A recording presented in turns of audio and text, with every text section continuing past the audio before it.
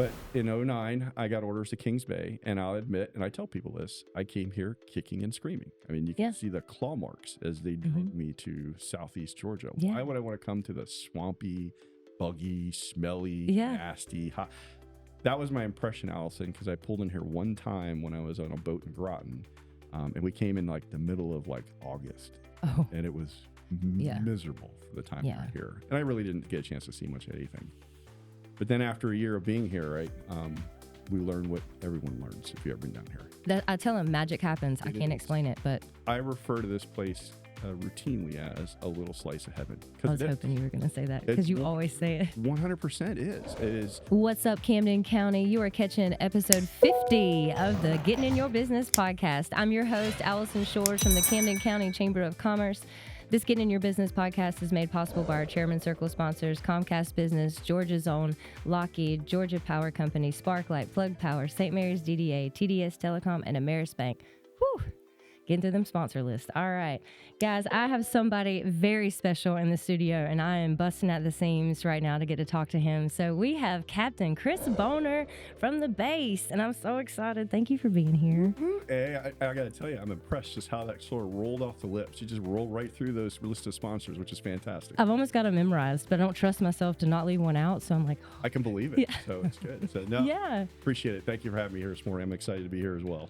So you are captain of Kings Bay Naval Base, correct? Did I say all that right? Naval Submarine Base, Kings Bay. Yes, ma'am. I'm never going to get it right, but thank you. No, that's all right. You're close in. You just say the sub base. Everybody knows sub-base. So I just say sub-base. Sub-base is short, yes. Okay. All right. So we're going to start off with a little bit about you. So first of all, we have to talk about your name for a second because when I met you, it's spelled Bohner. Correct. And I'm like, hi, Captain Bohner. And you're like, nope. It's Bohner. It's French. Bohner. That's what it is. No, it's funny every time. Yes, where the name is unique as mine. Bohner is the last name, Chris Bohner. It's German. So is it? Actually, very interesting history if you look at my family. I guess I'm kind of a traitor in some regards because my great-great-great-great-great-great-grandfather was Nicholas Bohner, Bahner, who was a Hessian soldier captured by George Washington at Valley Forge. Stop it. Oh, dead serious.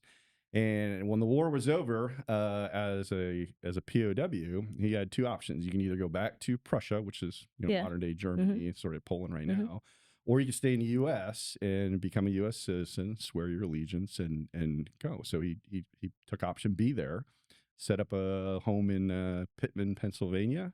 And actually, the foundation to the home, his homestead, still found it. You can find it in a corner of a cornfield. Really? Dead serious, yeah. So I used to go hunting up around that area when I was a kid. That is cool. But yep, that's how my family got started. Along the way, there are many variations of the name: B-A-H, B-O-H, B-O-E-H. Oh, it's Bohner.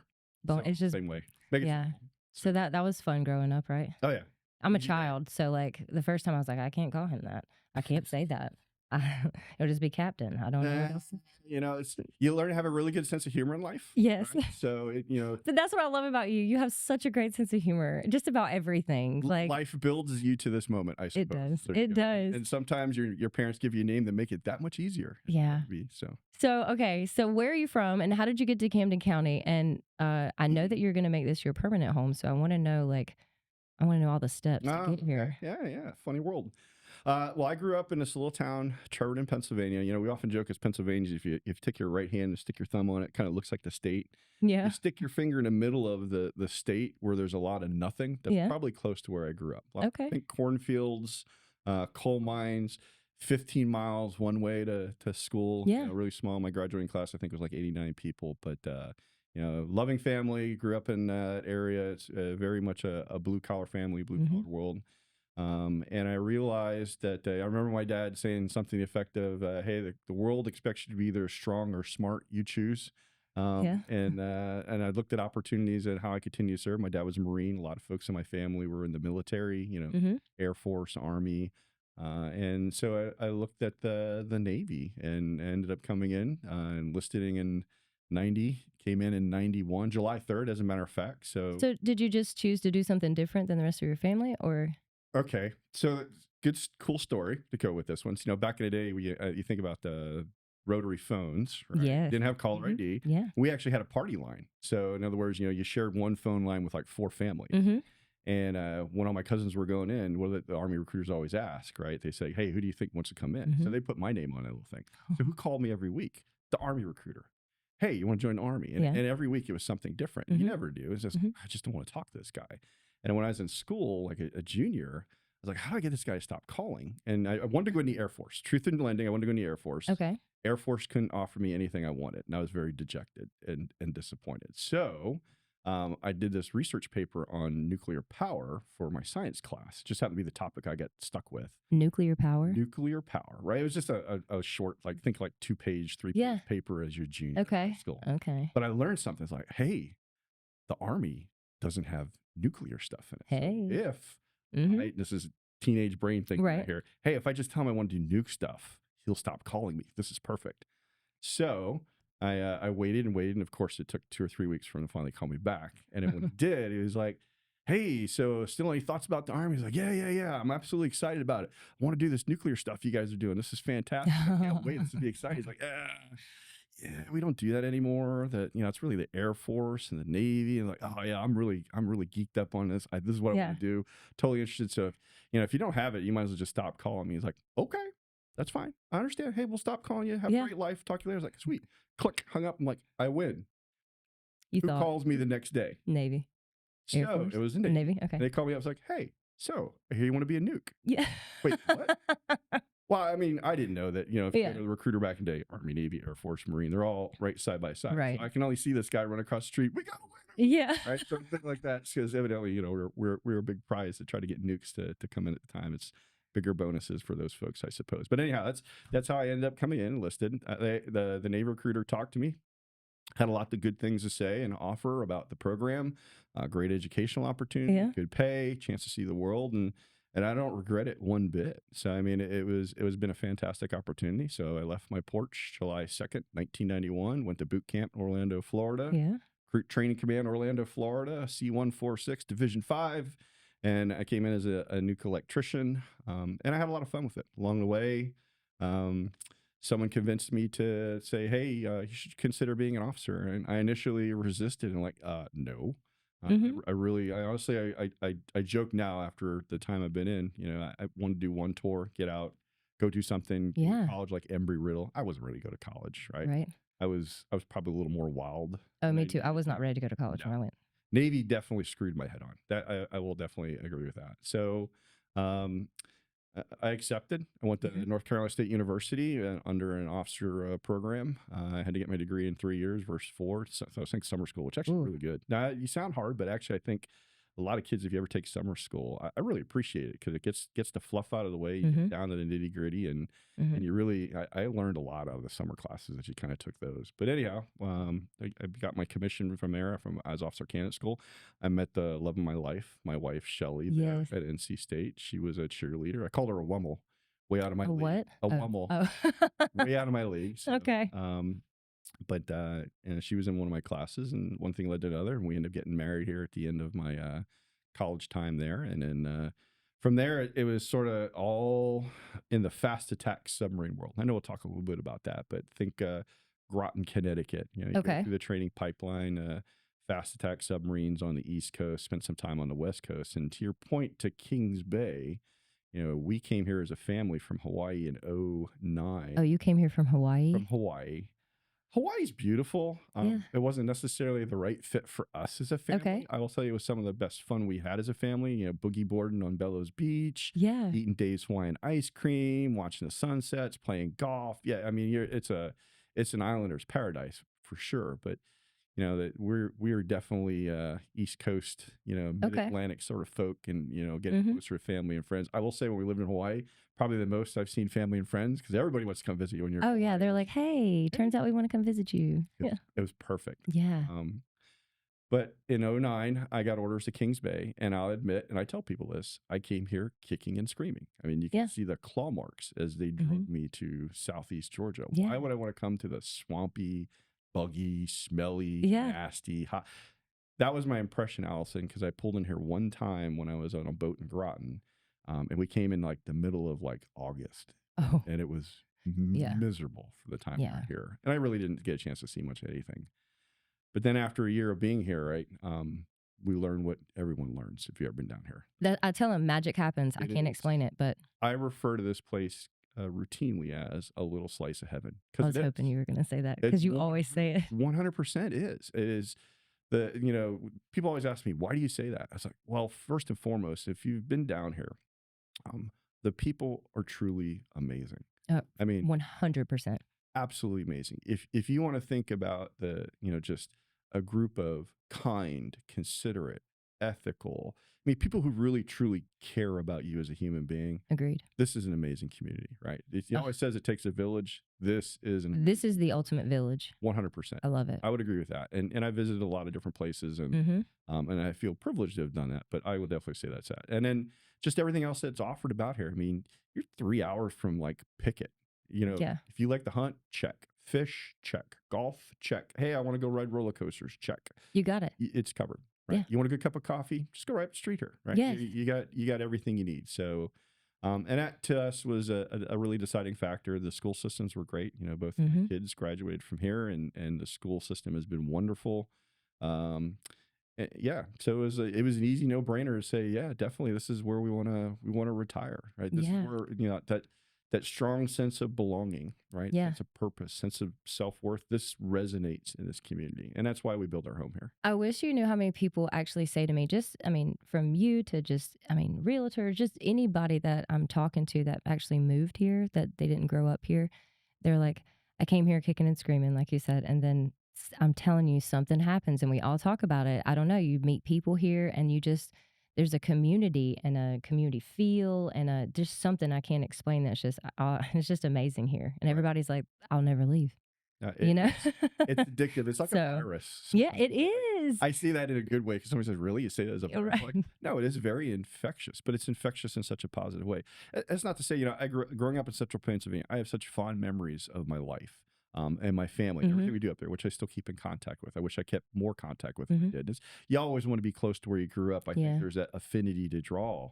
And that's a hard decision you make in life. I think once you get a little older, you have kids, and you kind of look at what you value in your life, you have to make compromises. Yeah. And I think that was the largest compromise. I'd say of all the decisions I had to make, that was one of the hardest decisions to make was, hey, where am I going to retire at? Yeah. Now, I'm not going to lie.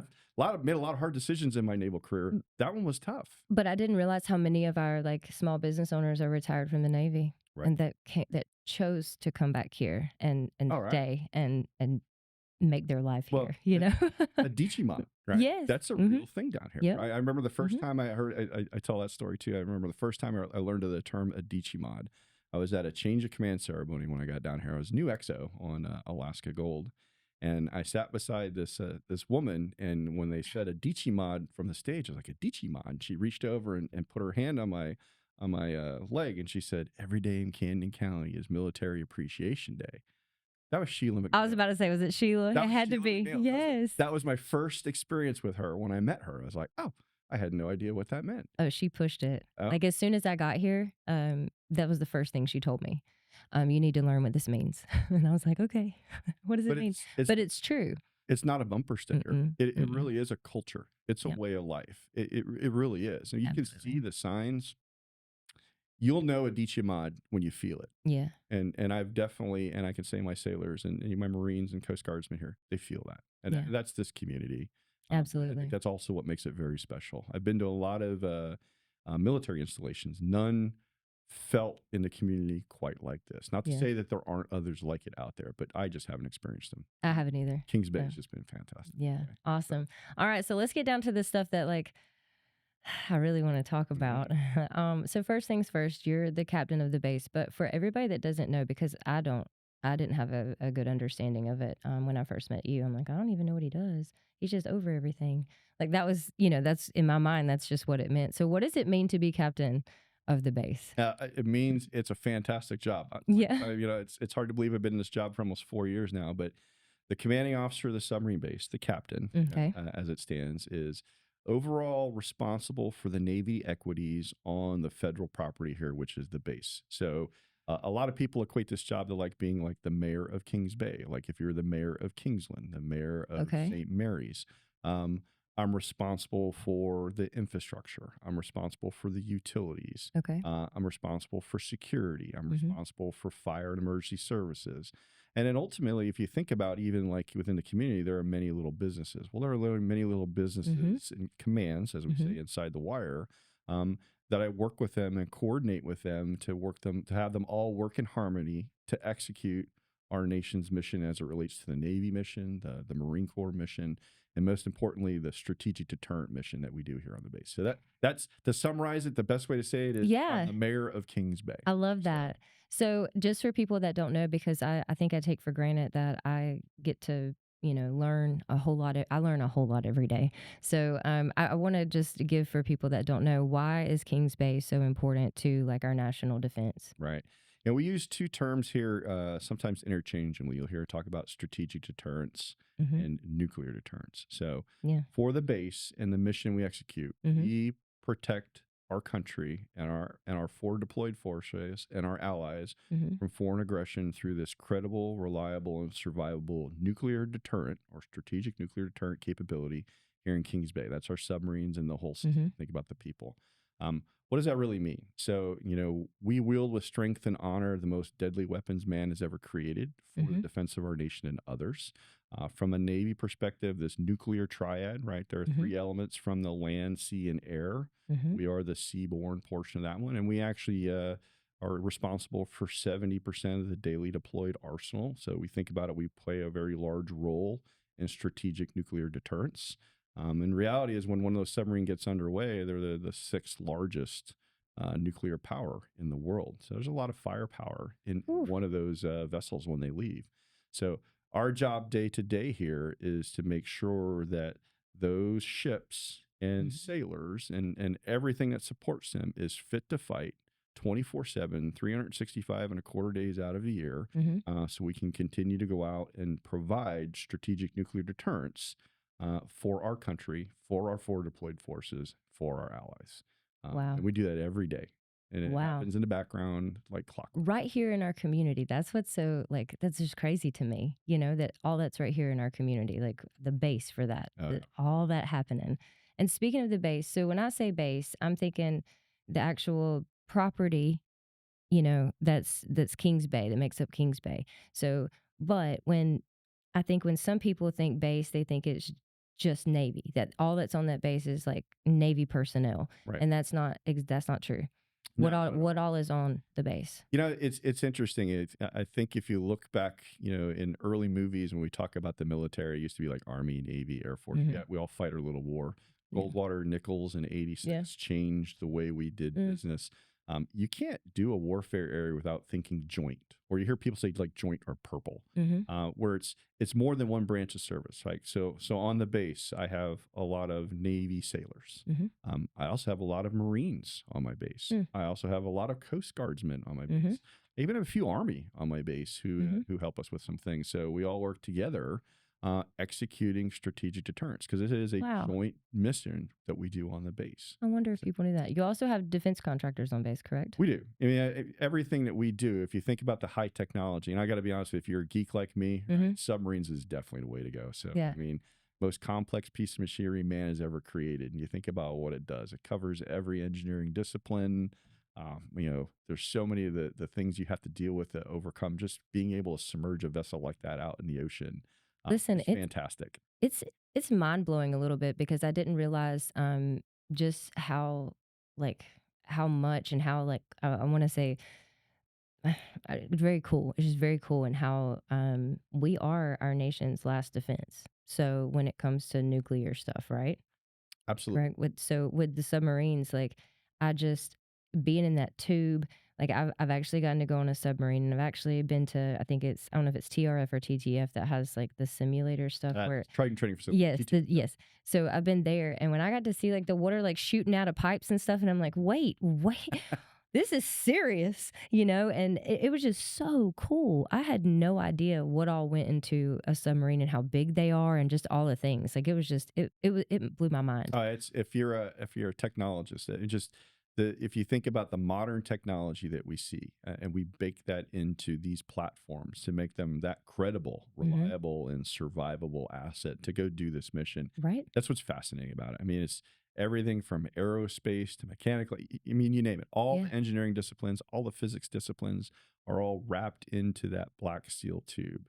And if you think about the sailors who man that ship and do these things, the young men and women of our country, amazing patriots, super smart people, and they have a thirst for this stuff, and they're able to do this job so professionally well, and it's exciting for I just get excited even talking about Yeah, I can tell. the people, the technology, Yes. the mission, because it's so important. Mhm. What the people do are so brilliant. What the technology you have, it is so cutting edge. You tie all it together, man, the tip of the spear is very sharp, and you don't want to be at the other end of that tip of the spear. And just to think about like how many submarines that you have to almost lose early on when you're learning like all the things about how to build a submarine and all. And when I went to the World War II Memorial and I got to see the list of all the submarines, like, you know, that we lost, and we haven't lost one since the Scorpion and the Thresher.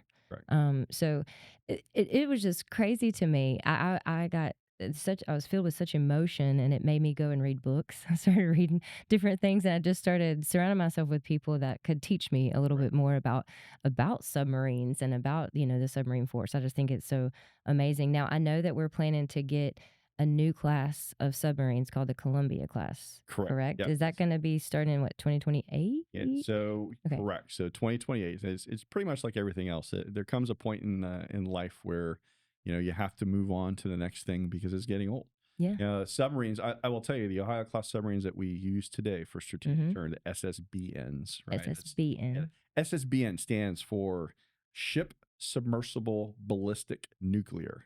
So it's a ballistic missile submarine. It's got a nuclear power. It's got a nuclear reactor in it. It's a submersible ship. So that's how all those letters come together. But that class of ship, Ohio, you know, it was designed back in the late 60s, 70s. We started fielding it. Still way ahead of its time and its capability. But it's like, if you ever play with a paper clip, right? Yeah. You ever take a paper clip and kind of bend it back and forth? Eventually it snaps. It will snap. Right? You know, the hole's a lot like that. So there's, you know, we over engineer a lot of this stuff to design and last for combat, but at some point, you know, the hole doesn't last as long. And while the technology is relevant, you have to change out the class. It's true of every platform, right? Absolutely. Something eventually, you know, we over engineer it and we can get a lot out of it, but at some point we have to make a decision, is that, you know, where we need to move on. And the Columbia was always the next class to come forward, right? The one that will deliver. It's just like the 41 for Freedom originally were part of our, you know, sea-based strategic deterrent. Ohio was the follow-on class to that. Okay. Columbia, so too, is the follow-on class to Trident. And somewhere way down the road, probably well into the 2060s, 2080s timeframe, we'll talk about the next platform. But Columbia is the new platform coming online for us for strategic deterrence. The first ones are expected to arrive here in Kings Bay in the 2028 timeframe. So we have been busy as a base and as an enterprise writ large preparing for that. We need to be ready to do training for the sailors and the people That's what I was going to ask. and Civ by 2026, right? We got to be ready to do maintenance on these classes, this new class of ship, the technology it brings with it here in 2027, because the first one's shown up in 2028. So a lot of the activity you see us doing, we've been working diligently and making those benchmark dates for us so we can be ready to support Columbia when it comes.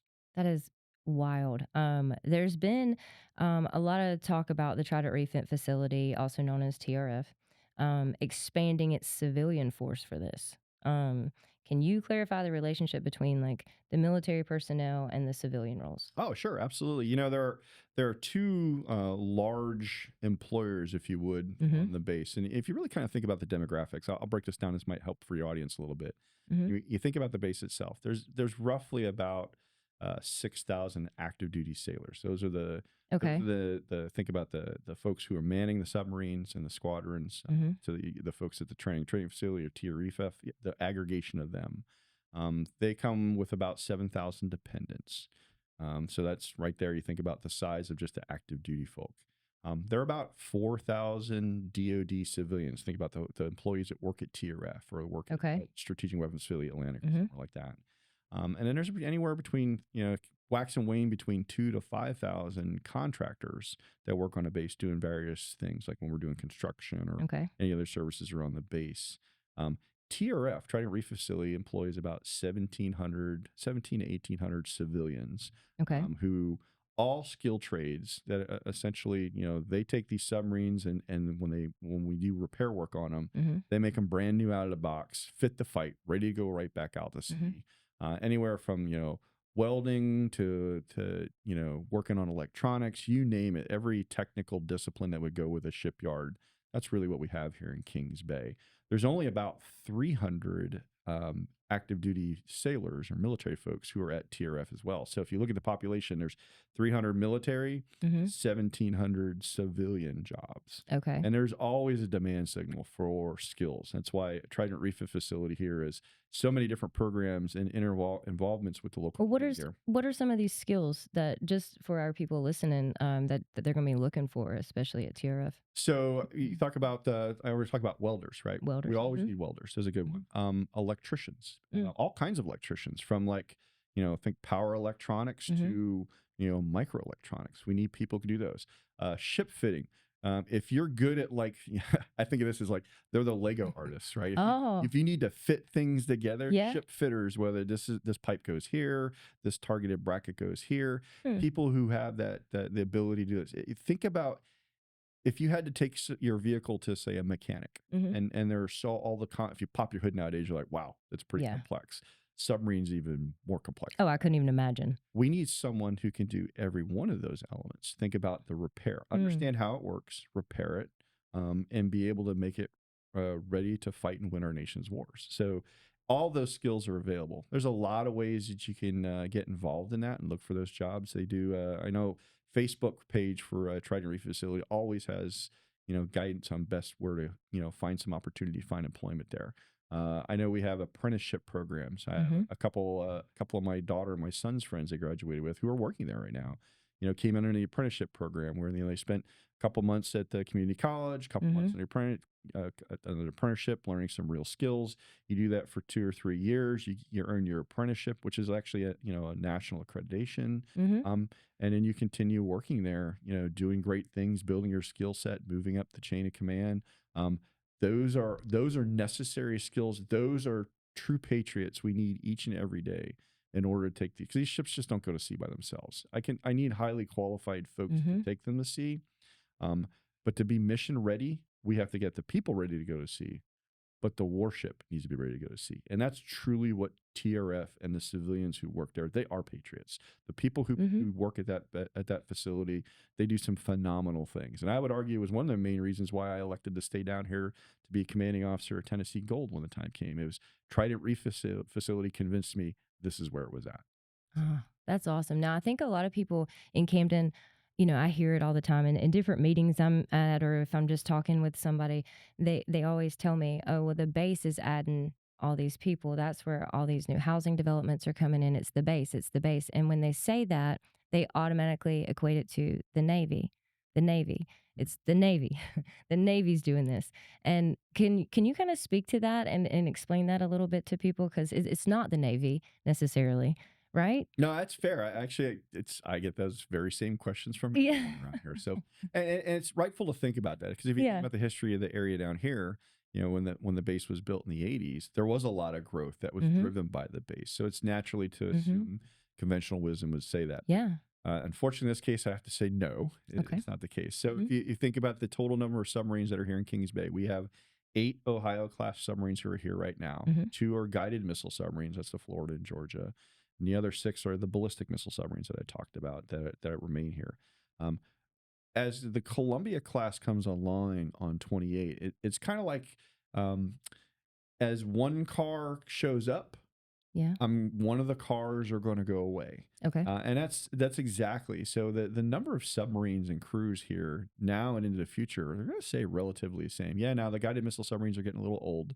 We're going to essentially be looking at down the road here, the Navy will be looking at opportunities that these will likely have to be decommissioned. So the numbers may drop by 1. But overall, the number of submarines here are pretty consistent.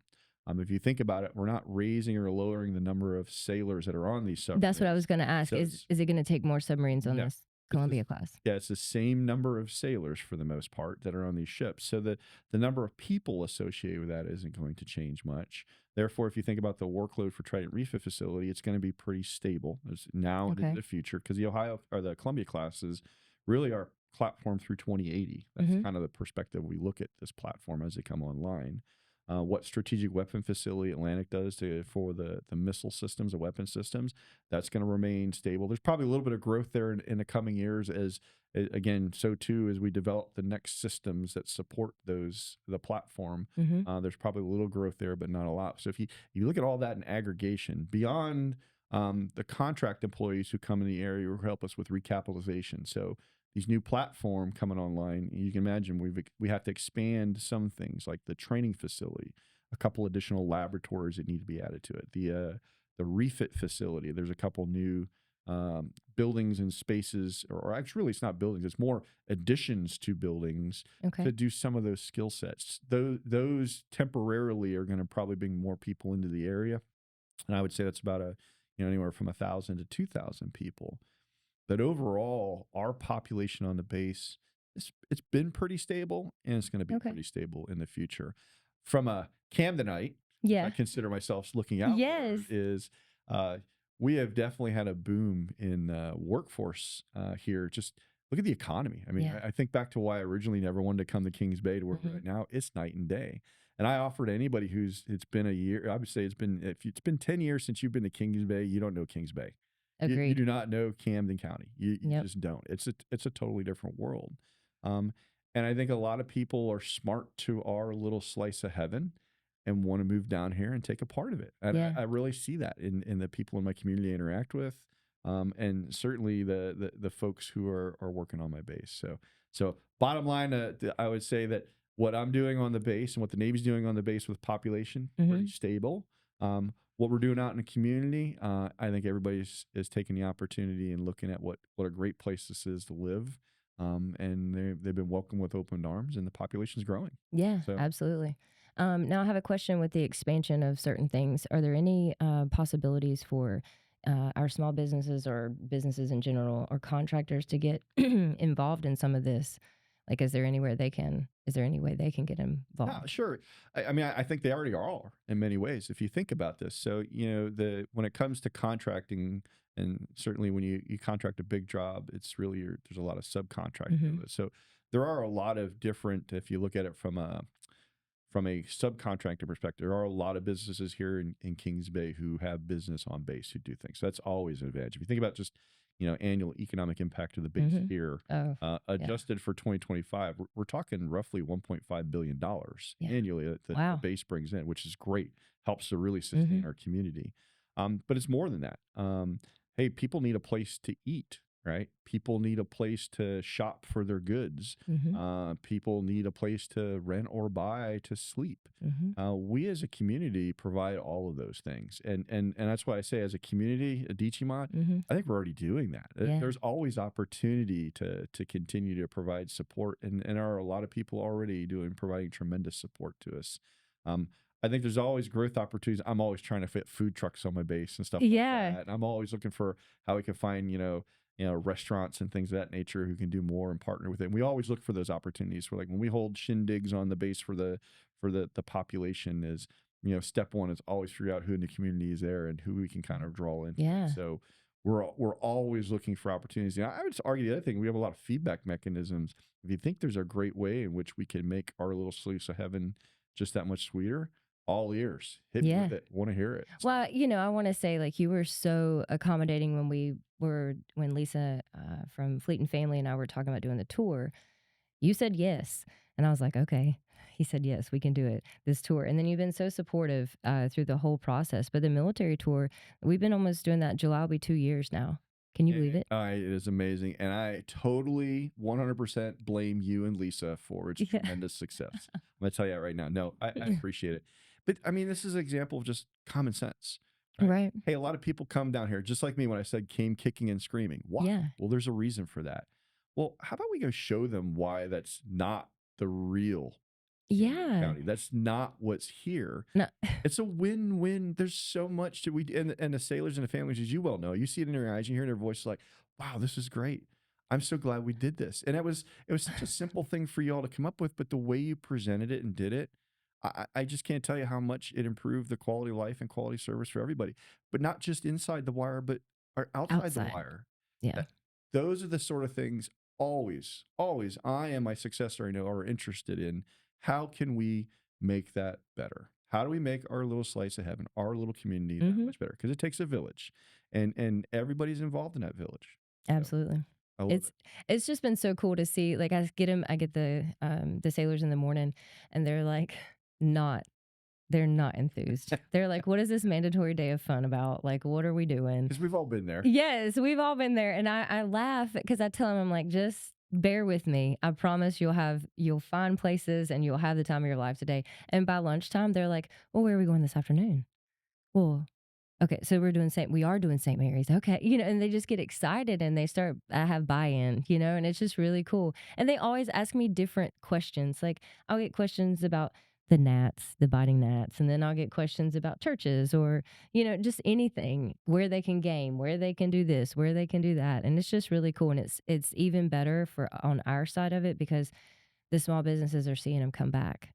And that's the connection piece. And so we're trying to connect them to clubs, running clubs, this club, that club. If you like to sew, this is what you have, just whatever it is, we're trying to connect them to that. And it's been wonderful for our side. So we thank you here at the Chamber very much for letting us. and we, from the Navy's perspective, say thank you because we appreciate you. I mean, y'all are eliminating fear, right? Everybody who comes here, what do you have the fear? Fear of, I don't know what to do. I don't know what to do with this.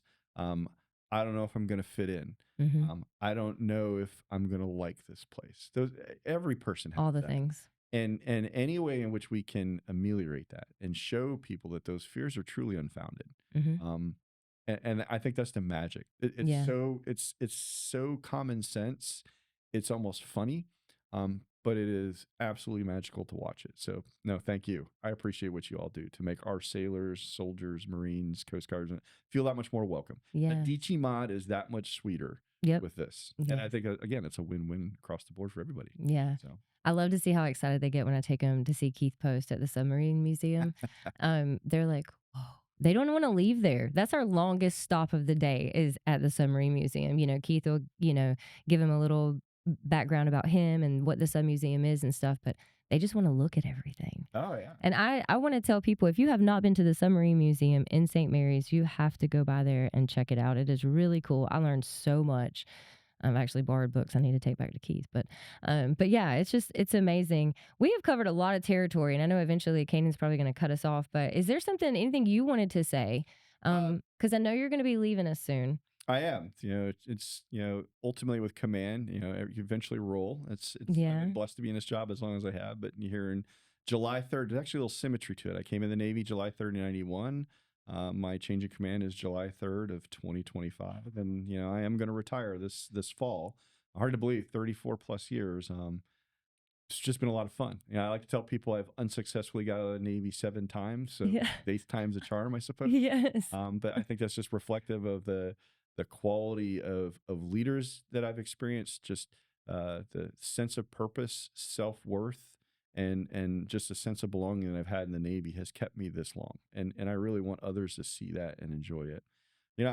It's interesting coming into this podcast and talking to you. We talk so much about different things. So again, I'm thankful to have been a part of this and be on the thing, but I'm always looking for ways we can make our community better. You touched on a little bit of a Trident Reef facility. There's another one out there I offer a lot of people to look at, and I'd be remiss if I didn't say buildsubmarines.com is a great website. It's interesting because yesterday... Listen, they had me wanting to build submarines. Go ahead. I'll tell you, you go to that website, it's pretty, it is spot on. It's actually interesting because yesterday we had Brad Kozlowski, the number 6. He drives. Yes, I saw the pictures. He was on base yesterday with the car, so it was kind of fun. We were like little kids running around with the car everywhere, taking pictures of, ooh, put it over here, put it over there. So it was so cool. We had so much fun. Yeah, it was a great time. But he's really highlighting something that's very important to us in our nation. if you don't understand how submarines and how strategic deterrence plays in such a vital role of our country as it existed and as it exists today and needs to exist tomorrow, look no further than buildsubmarines.com. There are jobs in all 50 states for highly motivated people, all ages, all backgrounds, to go do things of a technical nature or not even of a technical nature that help us build submarines. Submarines are the clearly history has shown the platform that go get it done. And we need talented people, talented Americans, patriots to get out there and help us with Absolutely. it. So buildsubmarines.com. If you haven't been to it, I encourage you to. If you got grandkids who's like, hey, I'm not sure what they want to do with life, send them to buildsubmarines.com. You're graduating high school and you're not sure what I want to do with your life, buildsubmarines.com. You're in college and you're like, well, I don't know if this is what I want to do, or even after your degree, I might want to get something, buildsubmarines.com. I think it's a fantastic spot. Yes, and that I will say the commercials for that are amazing. And I actually got on the website and watched the video, and I was like, oh, yeah. I'm too old, I think, but I want to build submarines. Like it was just really cool. So I love it. But thank you for your time. And something I want to say to you is thank you for coming into this community, getting involved, and loving its people. You did that, and like since I have been here, it has just been amazing to watch and see. Not everybody does that, and so I'm very thankful that you did that, and you love this little place that we call home. So I just appreciate the way you've come in here and everything you've done to love and look out for our community here. You really have erased the fence line. I know it's still technically there, but you have erased some of it, and it's made it it's brought us together and helped connect a lot of things in our community. So I just really appreciate your openness and willingness to jump in and get involved and love us. So it's just been really cool. So thank you. Thank you, Allison. And I can't say enough about this community and how they've welcomed us and myself and my family as part of the community. And we're excited to continue to be a part of this community. Listen, I told you I'm putting you to work like July 5th. You can come in. Challenge accepted. See how long you keep me around. Yeah. But we'll see how long you stay. And I appreciate it. You doing things of this nature for our community to kind of highlight what we do and some of the niche, nuanced things that people don't know. You're 100% a bright spot that we need to continue to clone this community, and I love what you do here. So you've taken the Chamber of Commerce in a tremendous direction, and I'm excited to see what episode 51 brings. Right, we will see. Well, thank you so much, Captain Bohner, for joining us today. We really appreciate it, guys. You have caught the 50th episode of the Get in Your Business podcast. Please like, share, and subscribe.